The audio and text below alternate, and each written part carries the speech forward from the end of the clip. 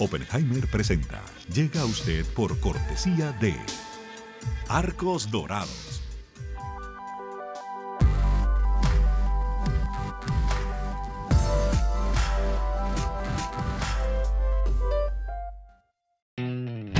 UAD es más que una universidad. Es vivir una experiencia única de aprendizaje. Es tu tiempo de vivir. UAD Experience. En el Bancoppel de Julia, la tarjeta de crédito se tramita solo con una identificación oficial. Bancoppel. El banco que quiero a mi manera. ¿Sabías que según un estudio de la Universidad de Oxford, casi la mitad de los trabajos actuales podrían dejar de existir en 10 años? La inteligencia artificial llegó para quedarse. ¿Cómo te va a afectar la automatización? ¿Cuáles son los trabajos del futuro? Andrés Oppenheimer te lo cuenta en su nuevo libro, Sálvese quien pueda.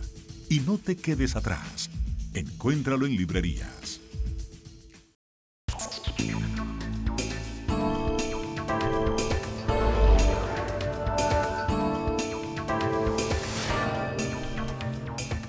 Hola, soy Andrés Oppenheimer. Hoy, mientras seguimos pendientes de los resultados del plebiscito constitucional de Chile, vamos a hablar de otros dos temas muy polémicos.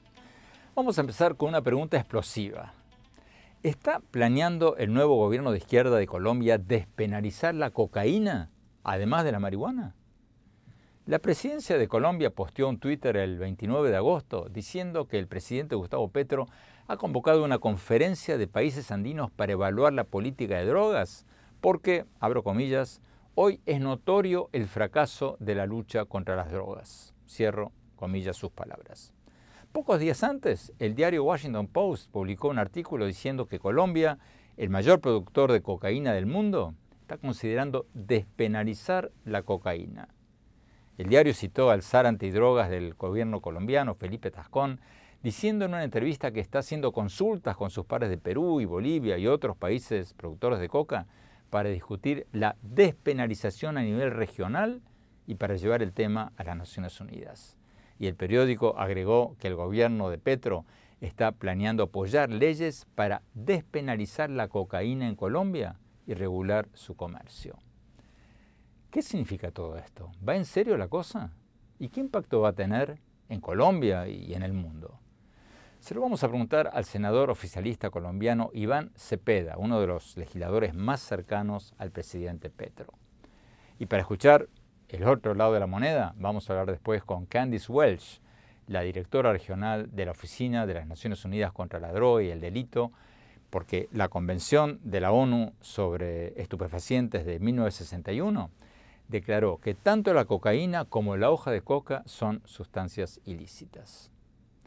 Después vamos a hablar sobre otro tema que está despertando una gran polémica en estos días, la carta de los presidentes de México, Colombia, Bolivia, Argentina, diciendo que hay una persecución judicial contra la vicepresidenta de Argentina, Cristina Fernández de Kirchner, y expresidenta, después de que un fiscal argentino pidió 12 años de cárcel y la inhabilitación de la presidenta para ejercer cargos públicos por presuntos cargos de corrupción. La carta de los presidentes, al igual que las cartas que le mandaron separadamente los dictadores de Cuba y Venezuela, dice que Cristina Fernández de Kirchner está siendo víctima de una persecución judicial. ¿Pero es cierto esto? ¿Hay una persecución judicial contra la vicepresidenta, como dicen ella y los presidentes que firmaron esta declaración? ¿O Cristina Fernández de Kirchner se cree que está por encima de la ley? Y los presidentes de México, Colombia y Bolivia, que la apoyan, ¿están en su derecho a hacerlo? ¿No hay una contradicción entre las constantes declaraciones de algunos de ellos de que no pueden, por ejemplo, denunciar los abusos judiciales en Venezuela o en Cuba porque ellos se rigen por el principio de no intervención en los asuntos internos de otros países? Y esta declaración en que toman partido abiertamente contra el sistema judicial argentino, ¿no hay una contradicción en todo esto? Vamos a hablar con dos expertos en estos temas. Y finalmente, vamos a tener nuestro segmento El Innovador de la Semana. Hoy vamos a destacar a Diego Curi, el cofundador de una empresa llamada Cambio, con K, que exporta casas personalizadas por Internet. Escucharon bien, casas personalizadas por Internet. Uno puede pedir una casa por Internet y en 3 clics diseñarla a su medida, con 2 o 3 habitaciones, por ejemplo, y esta nueva empresa te la manda a tu país desde México y te la construye. Le vamos a preguntar a Curi cómo funciona esto y cuán seguras son estas casas. Bueno, empecemos con el primer tema del que hablábamos, la propuesta del nuevo gobierno de Colombia de reevaluar la política de drogas y experimentar con la despenalización de la cocaína.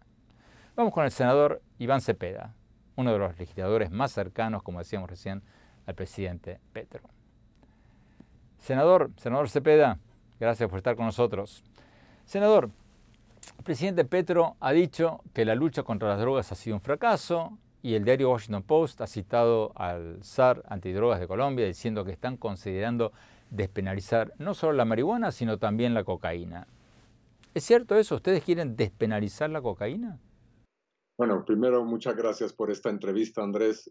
Efectivamente, el presidente Petro ha planteado que es urgente que se revise la estrategia internacional y, por supuesto, en nuestro país de lucha contra el narcotráfico y de la posibilidad de buscar salidas más en el plano social, en el plano sanitario, al problema de las drogas ilícitas, puesto que es cierto, en 50 años de aplicación de esta política hay un rotundo fracaso.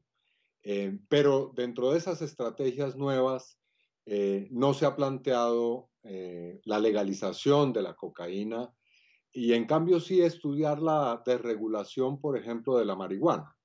Es más, en nuestro Congreso cursa actualmente una iniciativa en ese sentido, pero ese no es el aspecto central de la política que él plantea. Pero, senador, el zar antidrogas del gobierno, Felipe Tascón, dijo en una entrevista con el Washington Post que Colombia estaría considerando despenalizar no solo la marihuana, sino también la cocaína. No, una cosa es la legalización de la hoja de coca en distintas clases de uso, diferentes, por supuesto, a la producción de la cocaína, y otra, legalizar la cocaína. Es necesario que en Colombia podamos darle una salida diferente al problema de los cultivos de uso ilícito y buscar su sustitución por cultivos agrícolas que puedan impulsar seriamente en Colombia la producción de alimentos que también pueden ser pues, fuente de empleo y de exportación en medio de una crisis mundial que tiene que ver con precisamente los alimentos. Pero eso no significa una política de legalización de la cocaína. Debo ser supremamente claro al respecto. Ahora, lo que sí es necesario es que dejemos de concebir al campesinado que cultiva la hoja de coca, y estamos hablando de cientos de miles de campesinos en Colombia, como criminales. Así que parte del problema radica también en hacer una reforma agraria.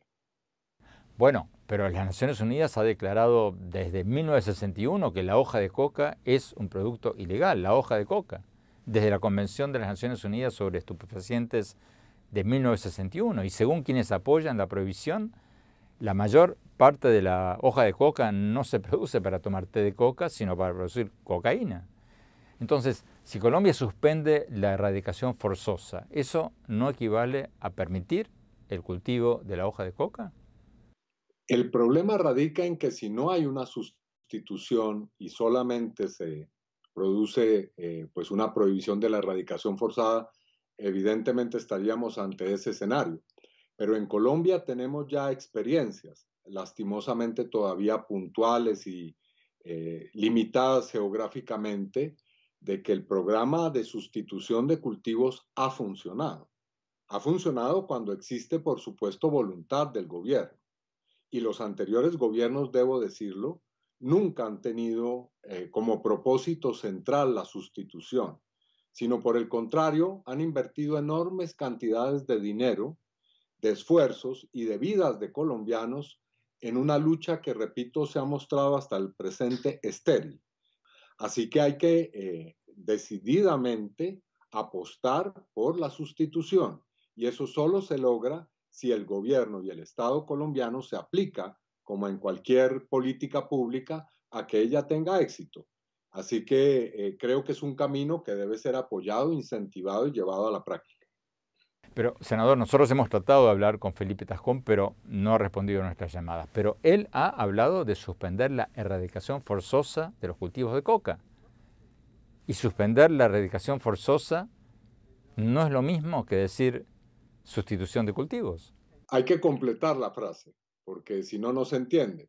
Si solo se habla de erradicación, o mejor, de suspender y abolir la erradicación, y no se entiende que eso debe ir paralelamente con una política que resuelva el problema social del campesinado, pues por supuesto que eso queda sonando a una especie de desgobierno y de una especie de anarquía que daría rienda suelta a multiplicar todavía más ese comercio ilícito. Pero aquí de lo que se trata, y en eso ha sido claro el presidente, yo debo decir que es el presidente Petro quien lleva la voz oficial sobre estos asuntos, pues lo que ha dicho el presidente es que lo que viene es una política agresiva en materia de sustitución de la hoja de coca. ¿Qué opina usted de la postura de la ONU de que incluso la hoja de coca debe ser prohibida o está prohibida en general? Yo digo que el cultivo de la hoja de coca, si es para ser utilizado en la producción de cocaína, es ilícito, pero los usos ancestrales de la hoja de coca para distinta clase de productos que no tienen un efecto nocivo para la salud y por el contrario, que han sido utilizados de manera centenaria en nuestro continente por los pueblos originarios con distinto tipo de fines, no tiene por qué ser considerado parte de una actividad ilícita. Pero, senador, los expertos de las Naciones Unidas dicen que el uso ancestral es una pequeña parte y que la mayor parte de la producción se usa para cocaína. Lamentablemente hoy por hoy es así, pero nada nos impide revertir esa realidad, sobre todo si cambiamos el paradigma con el que se trata este asunto. Y eso es lo que estamos reclamando. Luego de 50 años, repito, de fracasos, es conveniente que la comunidad internacional, los gobiernos, los especialistas y las comunidades demos lugar a un debate sano de cómo tratar este problema global de una manera radicalmente distinta. Senador Cepeda, muchísimas gracias por su tiempo. Tenemos que ir a un corte. Cuando volvamos, vamos a escuchar el otro lado de la moneda. Vamos a hablar con una alta funcionaria de las Naciones Unidas y le vamos a preguntar qué impacto podría tener la legalización de la cocaína. No se vayan, ya volvemos.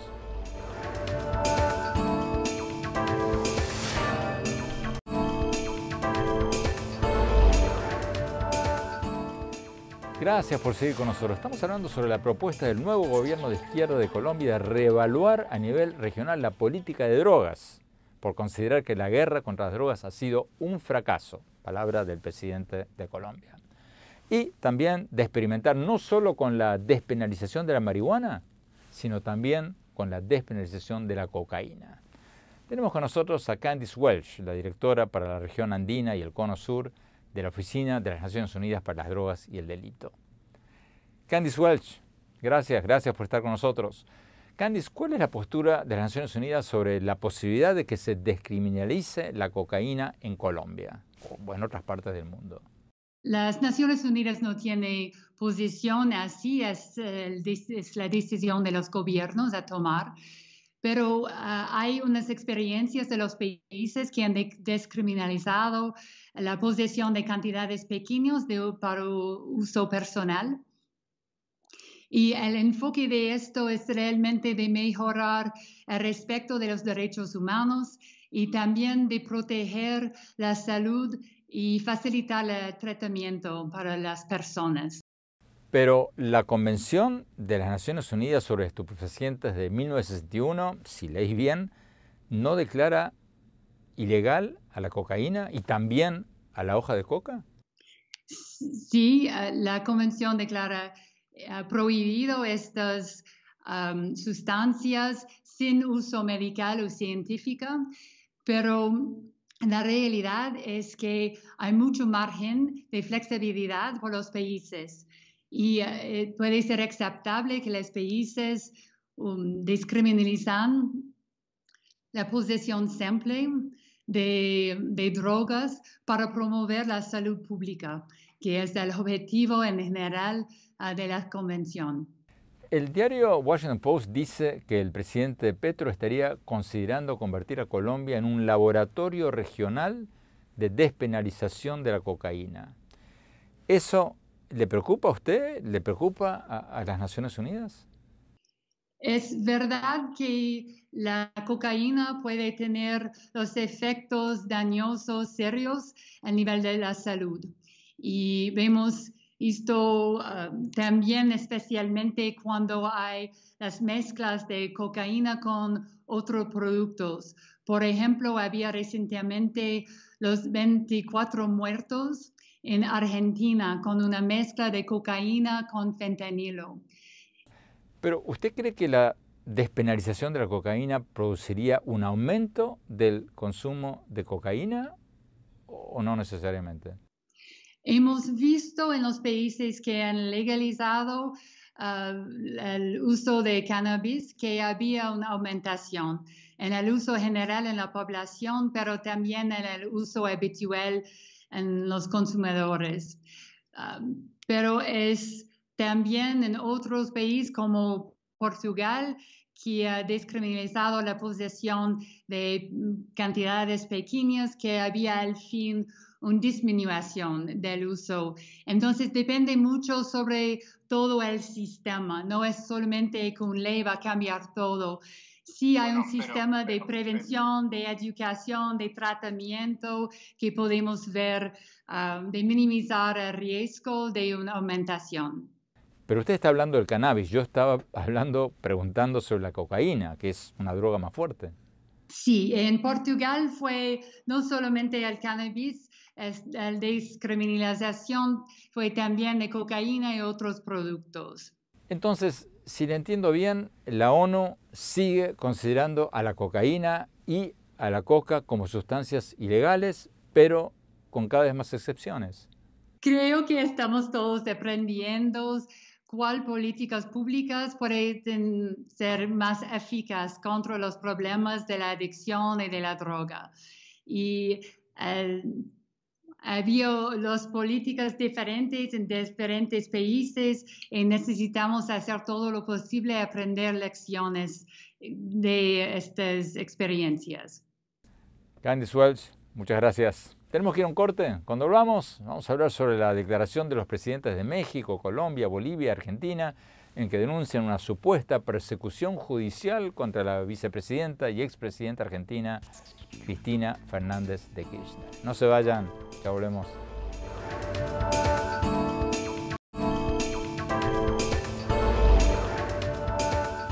Gracias por seguir con nosotros. Mientras seguimos pendientes de los resultados del plebiscito constitucional en Chile, vamos a otro tema que está en los titulares de toda la región. La declaración escrita de los presidentes de Argentina, México, Colombia y Bolivia, denunciando una supuesta persecución judicial contra la actual vicepresidenta y expresidenta argentina, Cristina Fernández de Kirchner. Los presidentes de Argentina, México, Colombia y Bolivia, y separadamente los dictadores de Venezuela y Cuba, denunciaron esa supuesta persecución judicial después de que un fiscal argentino pidió 12 años de prisión y la inhabilitación perpetua para ejercer cargos públicos para la vicepresidenta por presuntos actos de corrupción.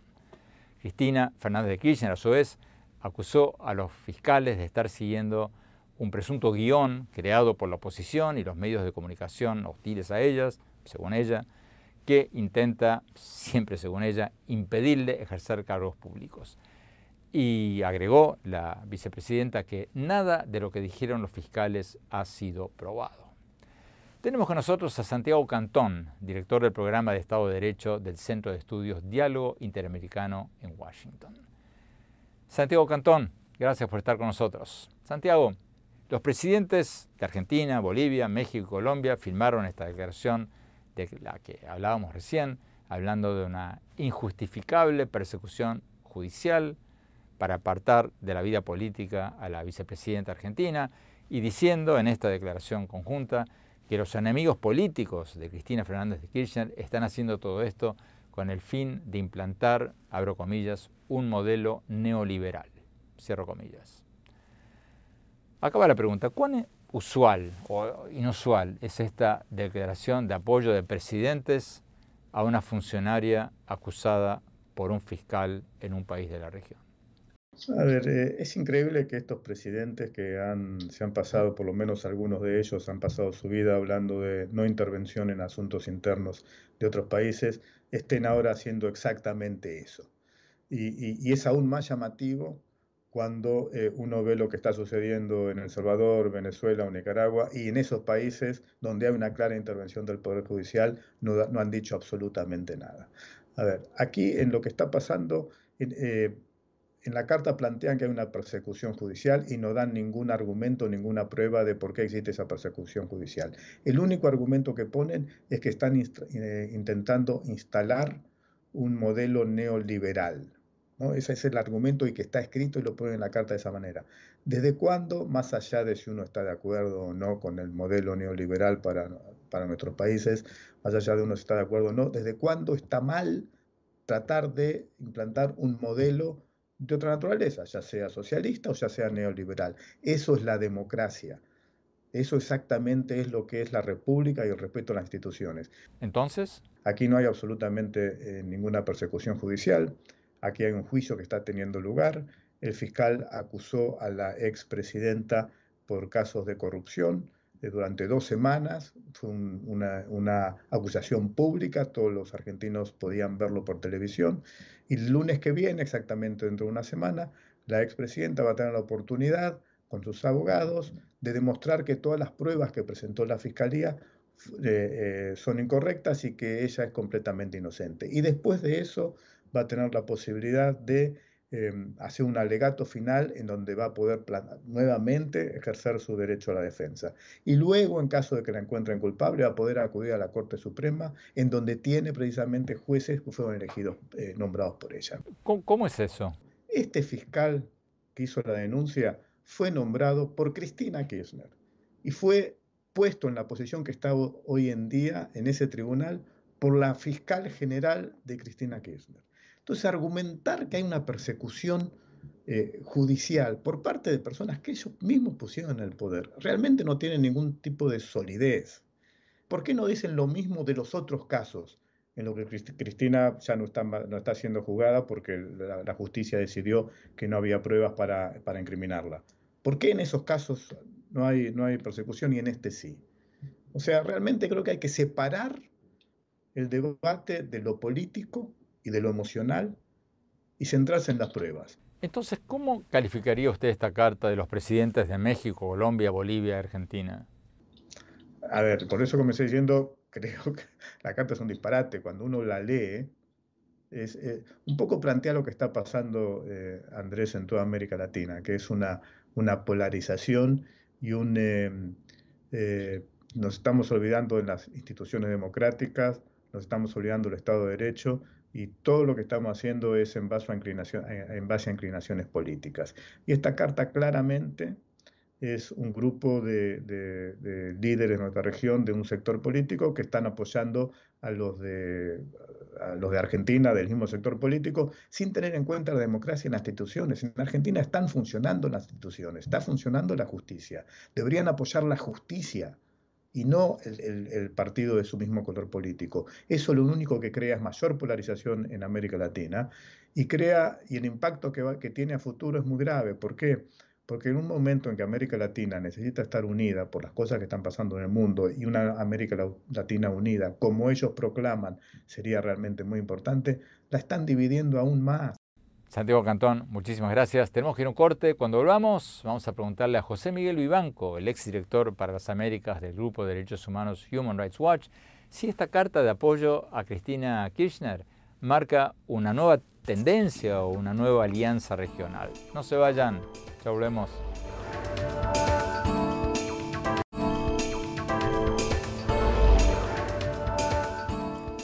Gracias por seguir con nosotros. Mientras seguimos pendientes del plebiscito constitucional en Chile, estamos analizando la declaración escrita de los presidentes de Argentina, México, Colombia y Bolivia, denunciando una supuesta persecución judicial contra la actual vicepresidenta y expresidenta de Argentina, Cristina Fernández de Kirchner. En esa declaración escrita conjunta, los presidentes de estos países dijeron que esto era una injustificada persecución judicial. Después de confiscar, el argentino pidió 12 años de prisión y la inhabilitación perpetua para el ejercicio de cargos públicos para Cristina Fernández de Kirchner por presuntos actos de corrupción.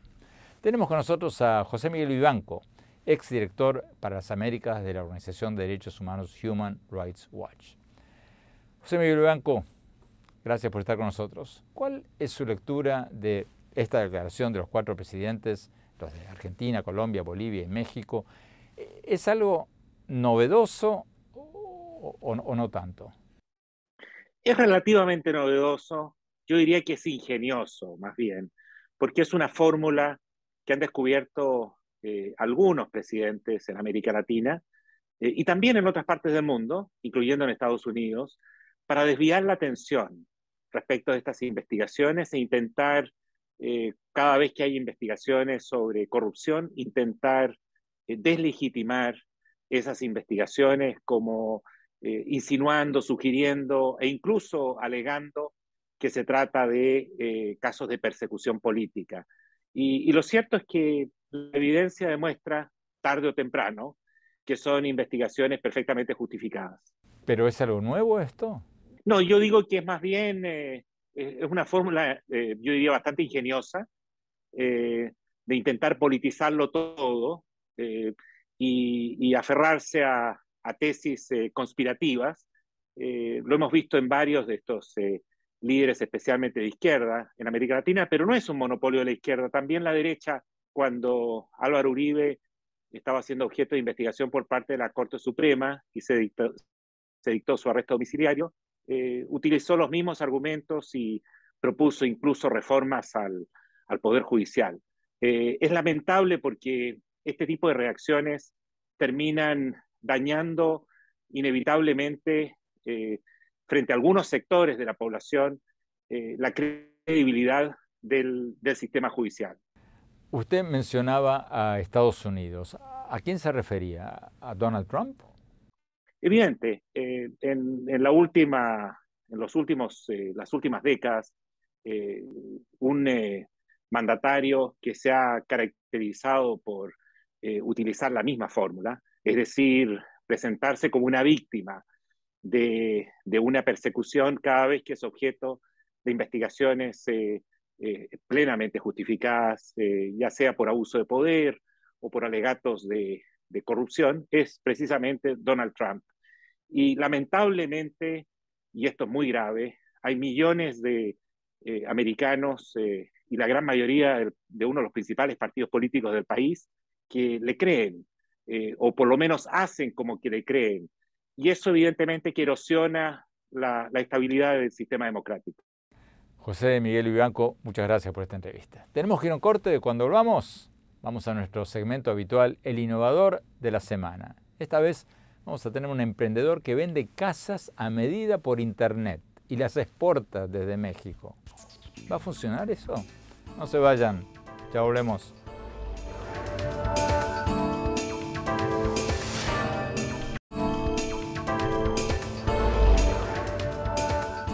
Gracias por seguir con nosotros. Vamos a nuestro segmento habitual, El Innovador de la Semana. Hoy vamos a tener con nosotros a Diego Curi, el cofundador de una empresa llamada Cambio, con K, que exporta, escuchen bien, casas personalizadas por internet. ¿Escucharon bien?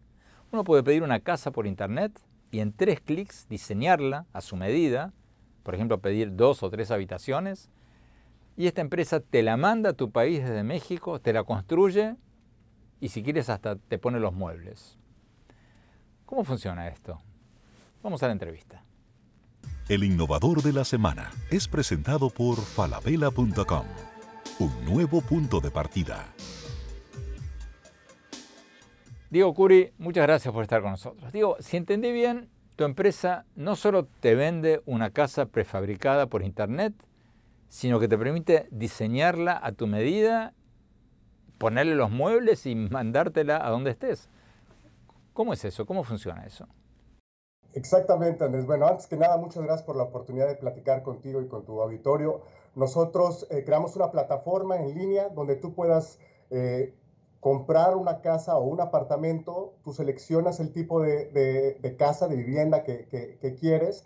Utilizamos tecnología prefabricada, modular, donde tú puedes encontrar la forma y tú configuras, muy parecido a como si fuera el configurador de un automóvil, tú configuras el exterior o el interior y es un proceso muy similar a comprar unos zapatos en línea, en donde tú le puedes dar el seguimiento, el proceso en cómo va la construcción de la casa y en cuánto tiempo se va a entregar y en cuánto tiempo se va a armar.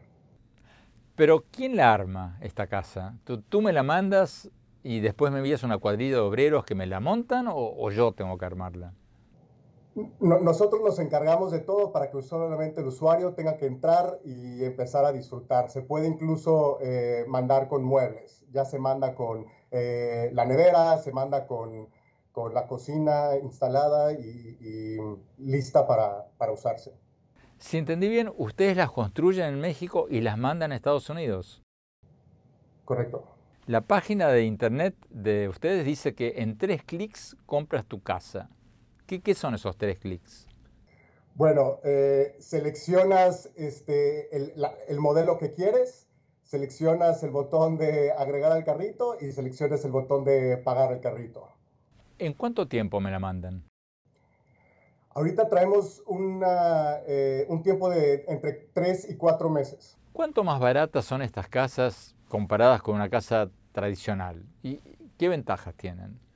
Claro, bueno, la ventaja principal es el tiempo y también nosotros utilizamos materiales que son menos intrusivos con el medio ambiente, son sustentables, no nos metemos con los terrenos, con la naturaleza, tratamos de ser lo más respetuosos posibles. ¿Qué tan barata? Estamos entre 15 y 20%, dependiendo el proyecto, dependiendo los acabados. O sea, 15, 20% más baratas que una casa convencional. Correcto. Pero son casas prefabricadas. ¿Qué tan seguras son? ¿Aguantan una tormenta fuerte? Sí, 100%. Son igual al final del día utilizamos materiales que ya se utilizan en los procesos constructivos tradicionales.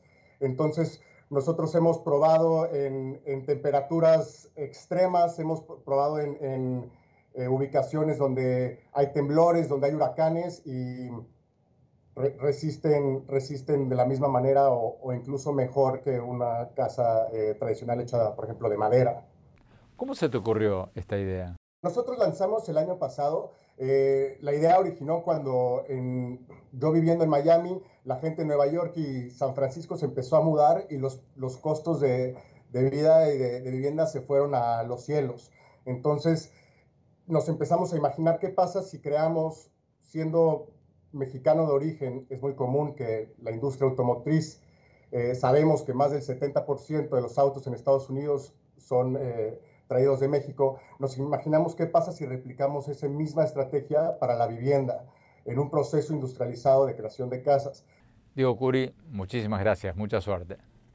El innovador de la semana es presentado por falabella.com, un nuevo punto de partida. Tenemos que ir a un corte. Cuando volvamos, mi opinión sobre la carta de los presidentes de Argentina, México, Colombia y Bolivia denunciando una presunta persecución judicial contra la vicepresidenta y expresidenta argentina Cristina Fernández de Kirchner. No se vayan, ya volvemos. En falabella.com la calidad la dejamos en manos de expertos. Creo que hemos encontrado el Santo Grial 3.0. Aprobado, aprobado, aprobado. Caracoles. Miles de marcas, miles de emprendedores, la mejor calidad. Todo lo que necesitas está en el nuevo falabella.com. Descarga la app.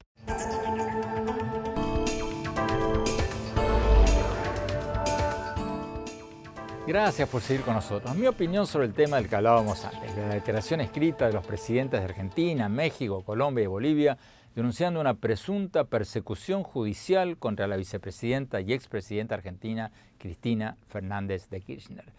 Los 4 presidentes hicieron esta declaración escrita después de que un fiscal pidió 12 años de prisión contra ella y su inhabilitación perpetua para ejercer cargos públicos por presuntos actos de corrupción.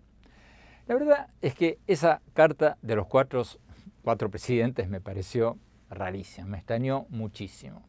En primer lugar, porque algunos de los presidentes que firmaron esta declaración hablan constantemente de la no intervención en los asuntos internos de otros países. Citan la no intervención, por ejemplo, cuando se les pide que condenen la falta de libertades fundamentales en Cuba o en Venezuela. Dicen no intervención. ¿No hay una contradicción entre las constantes declaraciones de México, por ejemplo, de que no puede denunciar los abusos judiciales en Venezuela o en Cuba porque se rige por el principio de la no intervención en los asuntos internos de otros países, y esta declaración en que toma partido contra el sistema judicial argentino? ¿No hay una contradicción acá? ¿Acaso no es llamativo que estos presidentes salgan a defender a Cristina Fernández de Kirchner de una supuesta persecución judicial y algunos de ellos no hayan salido a defender a los candidatos presidenciales inhabilitados en Nicaragua o en Venezuela, ni hablar de Cuba? ¿Es válido indignarse por un pedido, por haber solo un pedido, de inhabilitación a Cristina Kirchner y no decir nada cuando Leopoldo López o Juan Guaidó son sentenciados a no poder ejercer cargos públicos en Venezuela, donde, según organizaciones internacionales de derechos humanos, hay muchísimo menos independencia judicial que en Argentina?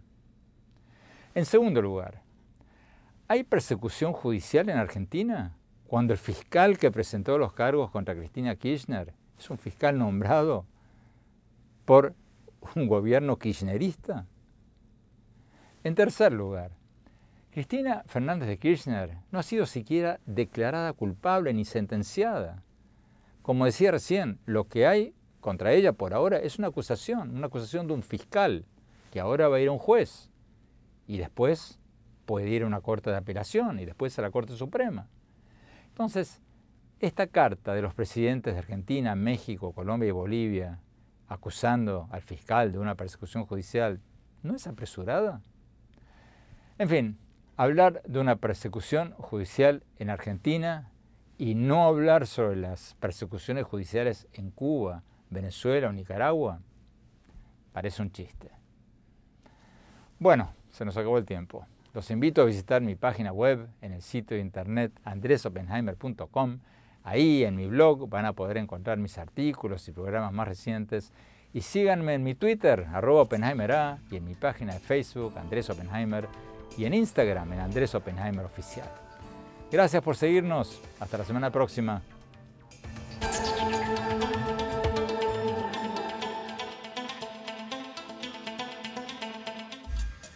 Oppenheimer presenta. Llega a usted por cortesía de Arcos Dorados.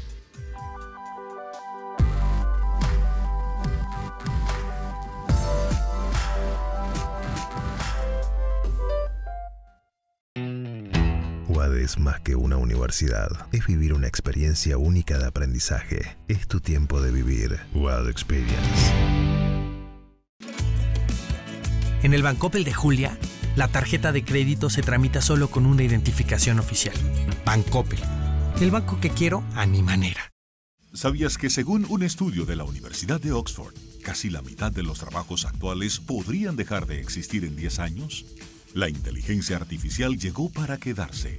¿Cómo te va a afectar la automatización? ¿Cuáles son los trabajos del futuro? Andrés Oppenheimer te lo cuenta en su nuevo libro, Sálvese quien pueda. Y no te quedes atrás. Encuéntralo en librerías.